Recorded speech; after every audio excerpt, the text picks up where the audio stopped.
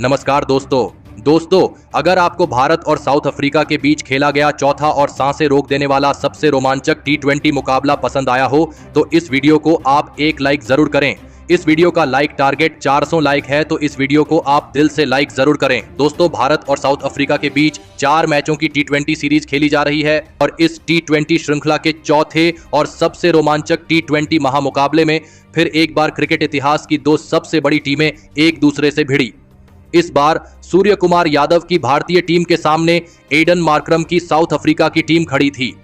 इस रोंगटे खड़े कर देने वाले महामुकाबले में पहली बार भारतीय कप्तान सूर्य कुमार यादव ने टॉस जीता और पहले बल्लेबाजी का फैसला लिया और साउथ अफ्रीका की टीम को पहले गेंदबाजी के लिए आमंत्रित किया। उसके बाद रनों की बारिश करने के इरादे से भारतीय टीम के 2 दिग्गज ओपनर बल्लेबाज मैदान में उतरे। शानदार फॉर्म में चल रहे संजू सैमसन और अभिषेक शर्मा के कंधों पर इस महामुकाबले में अपनी टीम को एक विस्फोटक ओपनिंग शुरुआत दिलाने की बहुत ही बड़ी जिम्मेदारी थी और भारतीय टीम की इस धमाकेदार ओपनिंग जोड़ी ने मैदान में उतरते ही साउथ अफ्रीका की गेंदबाजी पर छक्के चौके बरसाना शुरू कर दिया। संजू सैमसन और अभिषेक शर्मा की यह जोड़ी इस मुकाबले में लाजवाब बल्लेबाजी कर रही थी। दोनों ही खिलाड़ी शुरुआत से ही साउथ अफ्रीका की गेंदबाजी पर बड़े शॉट खेलने से नहीं डर रहे थे। पारी के 5वें ओवर में तो अभिषेक शर्मा ने एंडीले सीमेलान को एक ही ओवर में 3 छक्के और एक शानदार चौका लगा दिया था। देखते ही देखते दोनों की यह साझेदारी अब 50 का आंकड़ा पार कर चुकी थी। दोनों के बल्ले से चौकों और छक्कों की शानदार आतिशबाजी देखने को मिल रही थी। दबाव अब साउथ अफ्रीका की गेंदबाजी पर साफ दिखने लगा था तो वही दूसरे छोर से संजू सैमसन भी गजब के फॉर्म में नजर आ रहे थे। संजू सैमसन और अभिषेक शर्मा की यह साझेदारी अब 73 रनों की हो चुकी थी, लेकिन तभी गेंदबाजी पर आए लूथा सिम्पाला ने शानदार बल्लेबाजी कर रहे अभिषेक शर्मा को हेनरी क्लासन के हाथों कैच आउट कर दिया। अभिषेक शर्मा 18 गेंद में 36 रनों की ताबड़तोड़ पारी खेलकर आउट हो गए। भारतीय टीम की इस धमाकेदार ओपनिंग साझेदारी के टूटने के बाद अब बल्लेबाजी के लिए पिछले मुकाबले के शतकवीर तिलक वर्मा मैदान में उतरे थे, लेकिन दूसरे छोर पर सेट हो चुके संजू सैमसन भारतीय टीम की रणगति को रुकने नहीं दे रहे थे और विस्फोटक बल्लेबाजी करने से पीछे नहीं हट रहे थे। तो वही तिलक वर्मा का भी अब उन्हें साथ मिलने लगा था और तिलक वर्मा ने भी आते ही 2 शानदार छक्के लगाकर अपना खाता खोला था। तो वही उसके अगले ही ओवर में गेंदबाजी पर आए ट्रिस्टन स्टब के एक ही ओवर में संजू सैमसन के बल्ले से अद्भुत बल्लेबाजी देखने को मिली, जहां पर इस ओवर में संजू सैमसन ने 2 छक्के और तिलक वर्मा ने 2 चौके लगाते हुए इस ओवर से 21 रन बना लिए। संजू सैमसन के इन 2 छक्कों के साथ उनका एक और अद्भुत अर्धशतक पूरा हो चुका था।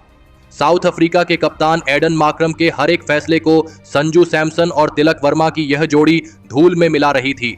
इसी बीच दोनों की अर्धशतकीय साझेदारी भी पूरी हो चुकी थी। कोई भी साउथ अफ्रीका का गेंदबाज भारतीय टीम की इस साझेदारी को नहीं तोड़ पा रहा था।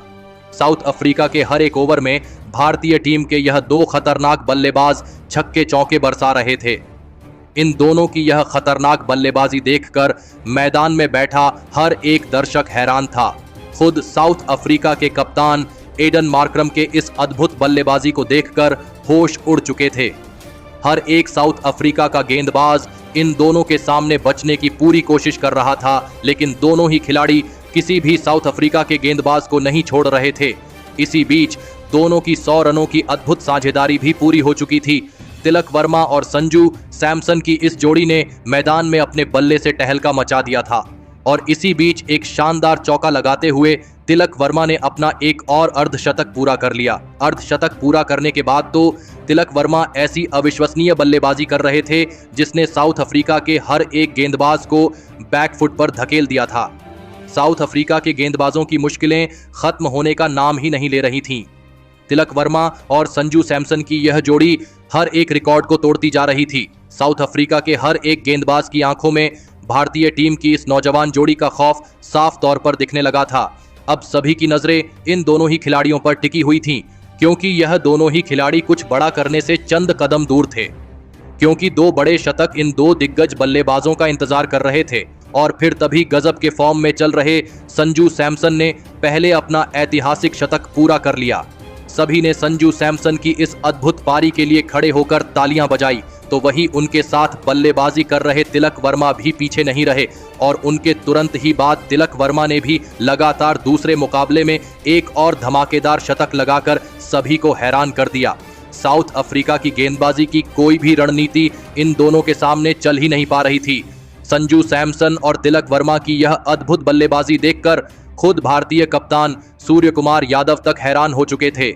ऐसी बल्लेबाजी मैदान में पहले किसी ने भी नहीं देखी थी। यह मुकाबला इतिहास के पन्नों में सुनहरे अक्षरों में लिखा जाने वाला था।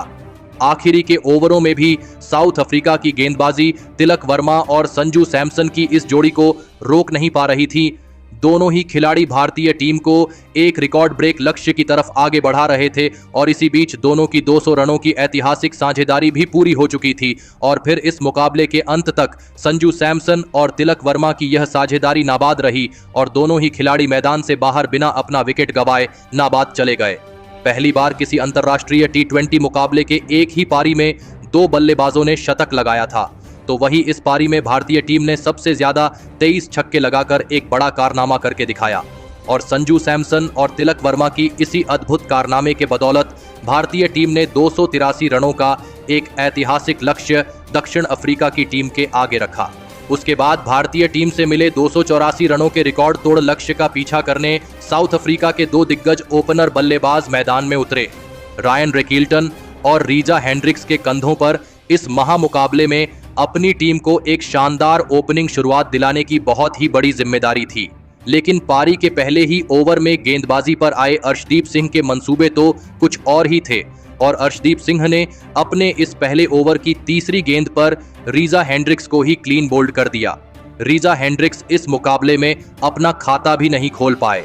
साउथ अफ्रीका की यह ओपनिंग जोड़ी के पहले ही ओवर में टूट जाने के बाद अब बल्लेबाजी के लिए उनके कप्तान एडन मार्क्रम मैदान में उतरे थे, लेकिन पारी के दूसरे ओवर में गेंदबाजी पर आए भारतीय टीम के सबसे बेहतरीन ऑलराउंडर यानी हार्दिक पांड्या ने साउथ अफ्रीका के दूसरे ओपनर बल्लेबाज रायन रेकिल्टन को संजू सैमसन के हाथों कैच आउट कर दिया। रायन रेकिल्टन 6 गेंद में बस एक ही रन बना पाए। एक ऐतिहासिक लक्ष्य का पीछा करते हुए साउथ अफ्रीका की टीम ने अपने दोनों ही ओपनर बल्लेबाजों को सस्ते में ही खो दिया था। दबाव साउथ अफ्रीका की टीम के ऊपर बहुत ही ज्यादा बढ़ चुका था।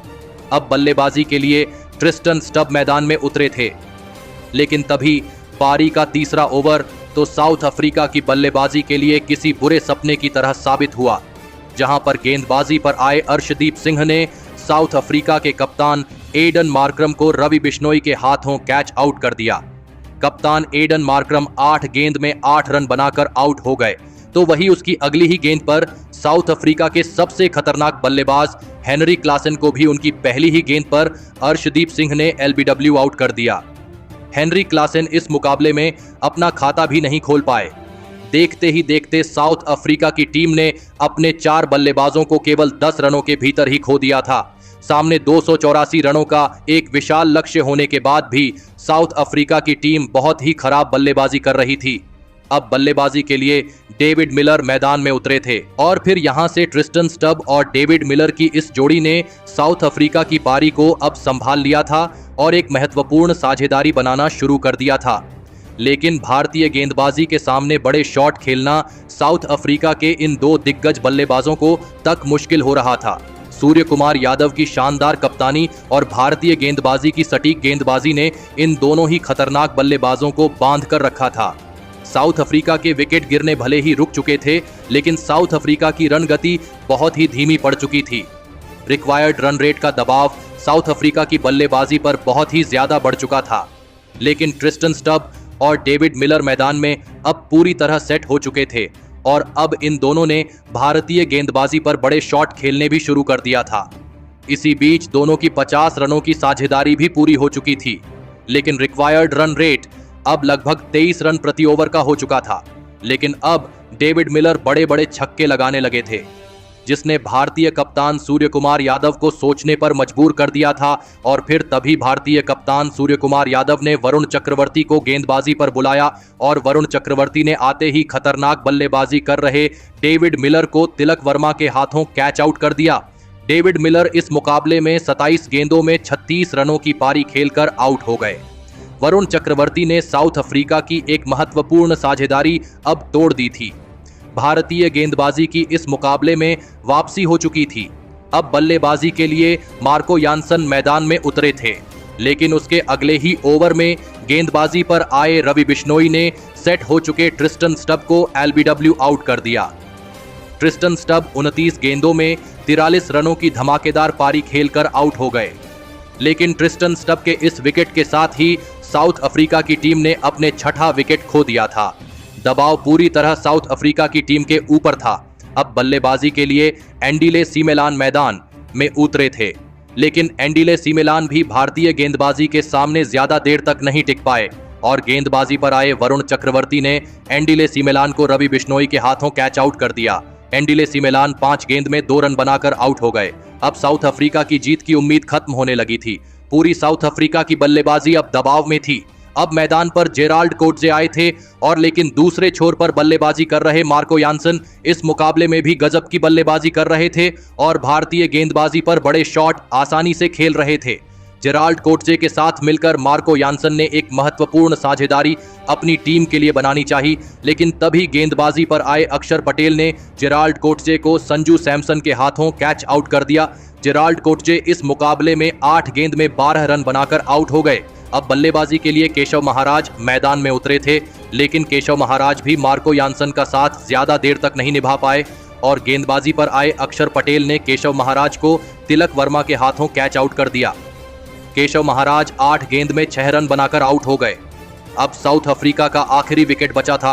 बल्लेबाजी के लिए लूथा सिम्पाला मैदान में उतरे थे, लेकिन गेंदबाजी पर आए रमनदीप सिंह ने लूथा सिम्पाला को भी अक्षर पटेल के हाथों कैच आउट करके इस मुकाबले को यहीं पर खत्म कर दिया और इसी के साथ भारतीय टीम ने 135 रनों के बड़े अंतर से इस चौथे टी20 मुकाबले को जीतकर 3-1 से इस टी20 सीरीज को जीतकर एक बड़ा इतिहास रचा है।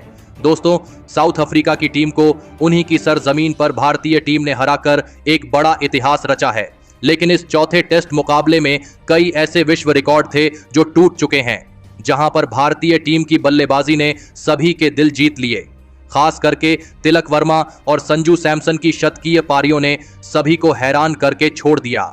लेकिन इस मुकाबले के असली हीरो रहे तिलक वर्मा, जिन्होंने लगातार दूसरे मुकाबले में साउथ अफ्रीका की खतरनाक गेंदबाजी के आगे विस्फोटक बल्लेबाजी करते हुए अपना एक और गजब का शतक पूरा कर लिया।